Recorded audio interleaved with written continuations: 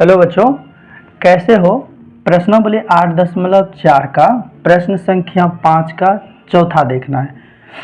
प्रश्न संख्या 5 में है, निम्नलिखित सर्व समीकरण सिद्ध कीजिए जहां वे कोण जिनके लिए व्यंजक परिभाषित है न्यून कौन है। चौथा नंबर सवाल है 1 plus sec a upon sec a equal to sine square A by 1 minus cos A. आइए इसे सॉल्व करते हैं। सबसे पहले LHS, तो LHS है 1 plus sec a upon sec a। चलिए अब इसे सॉल्व करते हैं। हम इसे बांट देते हैं यानी डिस्ट्रीब्यूट कर देते हैं। डिस्ट्रीब्यूट कैसे करेंगे, जैसे 1 बाय sec a, फिर यहाँ प्लस है, प्लस कर दिया।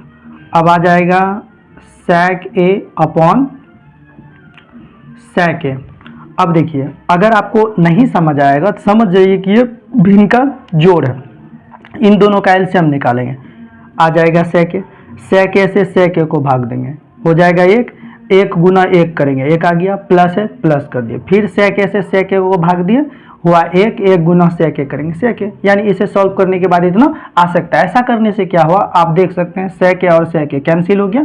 जब इसे हम फाइनली लिखेंगे तो हम ये कह सकते हैं, एक सूत्र है cos a equal to 1 by sec a होता है। यानी हम कह सकते हैं cos theta equal to sec theta.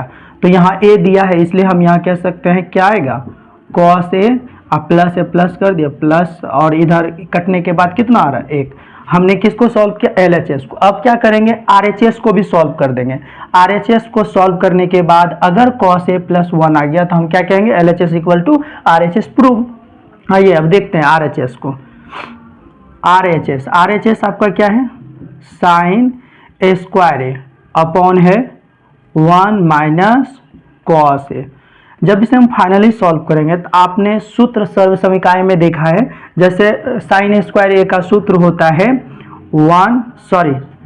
हम पहले सूत्र आपको दिखाते हैं, sine square theta plus cos square theta equal to 1।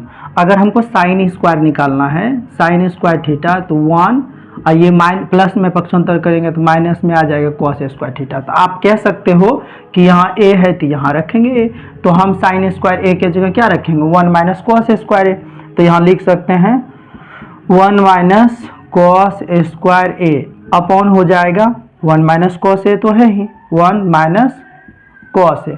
अच्छा, आप लोग ये चीज़ें देखिए कि यहाँ कुछ नहीं तो हम कितना रख सकते हैं, यानी स्क्वायर को रख देंगे, क्योंकि स्क्वायर 1 का स्क्वायर करने के बाद भी 1 ही आएगा। ऐसा करने से क्या हो गया, एक सूत्र बन गया a square minus B square, जो होता है a प्लस बी और इंटू होता है a माइनस बी।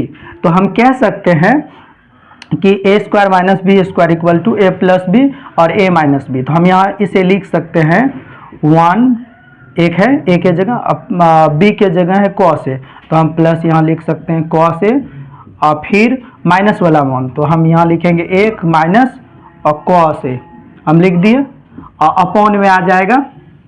आप देख सकते हैं 1 माइनस cos a ये आ रहा है। अगर आप इसे सॉल्व करेंगे तो देखिए ये कैंसिल हो रहा है और ये भी कैंसिल हो रहा है। फाइनली आ रहा है आपका कितना, तो आ रहा है 1 प्लस cos a, या करके इसी को अगर लिखें तो cos a और प्लस 1। आप ध्यान से देखिए, LHS का मान हम कितना निकाले थे, cos a प्लस 1। RHS का मान देखिए कितना निकाले, cos a और प्लस 1। तो हम कह सकते हैं इसलिए LHS equal to RHS proved.